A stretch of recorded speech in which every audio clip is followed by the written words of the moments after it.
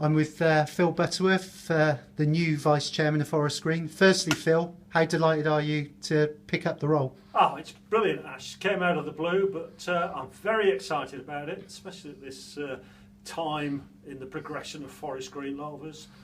Perfect for me, and now I'm retired. Hopefully I can give it sufficient time. And was it a surprise? Did it come out of the blue for you? Total surprise, yeah. I mean, it wasn't a surprise David resigning after he'd won the election, but I never gave it a thought who was going to replace him. And I think when I did, I forget who I had a conversation with about it, but I assumed it may well be somebody from ecotricity. Yeah, I think the thing with Dale Vince probably maybe his thinking, this is just my opinion, it was someone who's got a very close link to the fans, and obviously you set up the ambassadors scheme.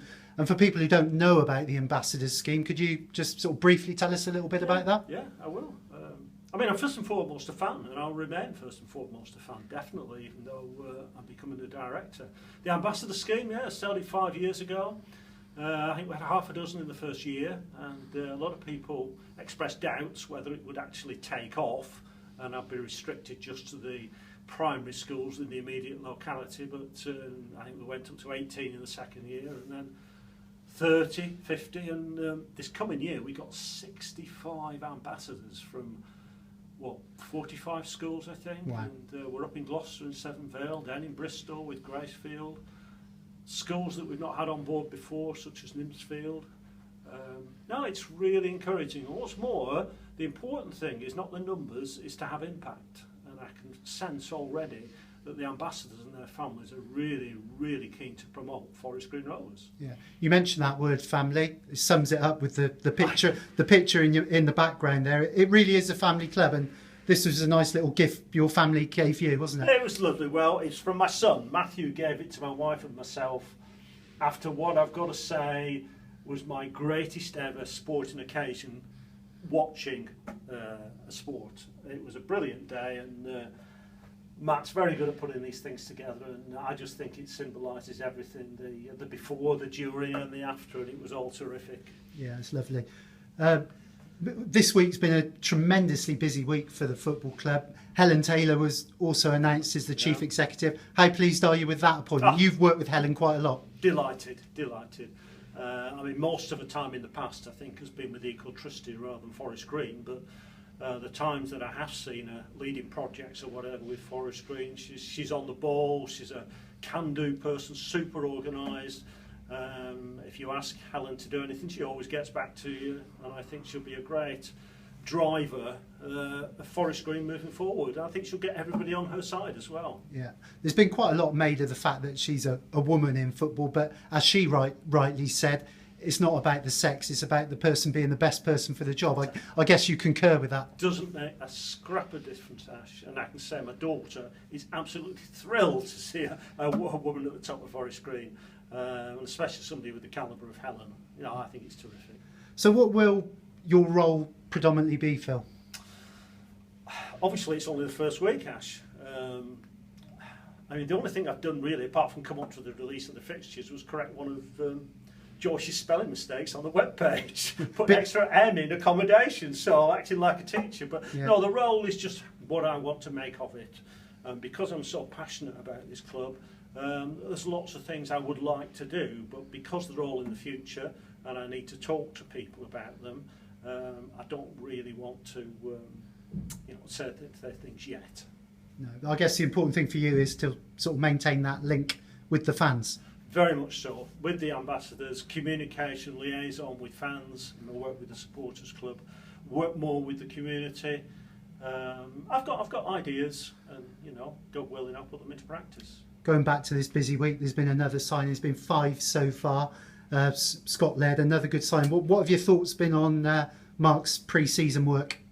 First and foremost, great to have Sam signed on. I think that's great. A lot of respect for Sam on the field and off the field. The other 5, yeah, I think they're all great. And I think Scott Laird's an absolute gem. Listen to him talk and seeing what he's done in the past. But that goes for all the others as well. I think they've all got things to offer. Callum, Lee, Reece Brown. His track record has been a little bit in and out, but so you could say the same about one or two of the other players we've signed back to Darren Jones's day, and they've all come good. I mean, Liam Noble has been brilliant, and a lot of people had reservations about him. So Reece, as long as he applies himself, he's a talent. Yeah, as long as he's professional, in the same way that KMB applies himself, he'll do very well. And Charlie Cooper's signing for 2 years. I mean, Charlie really kicked on in the latter half of the season. Yeah. He's another guy who's going to get better and better. He certainly is, and I'm all in favour of youth. I think we've got to cultivate these players, and I think with the management team that we've got, Scott Bartlett as well, they're all going to improve. You've only got to look at how Monty came on last season, how Reece Mullins, what was it, Reece? Shamir, how he came on. Yeah. I mean, it's brilliant. So all very positive as far as the signings are concerned, and I'm delighted he hasn't rushed in and tried to do everything at once, because there's still time. Once July kicks in. Obviously, Mark's spoken about some of his players attracting interest. That, I think that's just sort of part and parcel of football. But if the club can hold on to their jewels, then great. But then you can also understand if players move to a championship club, you've got to accept that. Sure.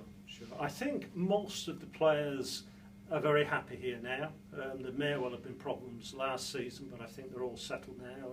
And to hear the players coming in that have had Division 1 and Championship experience, to say they're humbled by coming here, they're honoured by coming here. I think it was Lee that said he was privileged to come here. So that's fantastic. And after the excitement of last season and people like Ethan, how they did progress here, I hope they want to stay. But obviously, as you say, we can't stand in the way. If they're determined to go upwards quickly, then so be it. But they're not going to get first team football. Yeah. I mean, obviously Liam probably would, but I'm not sure about the others. Yeah. Finally, touch on the fixtures were out this week. How excited were you when they popped out? Very exciting. I mean, every month there's a big game, and the first match against Barnet I think is terrific. Hopefully we'll get over 2,000 here. I'm sure we will. Barnet will bring a few. And Yeovil coming up very quickly, Swindon coming up very quickly. Oh, terrific, Ash. Yeah. Roll on the end of summer. Okay, cheers, Phil. Cheers, Ash. Thank you.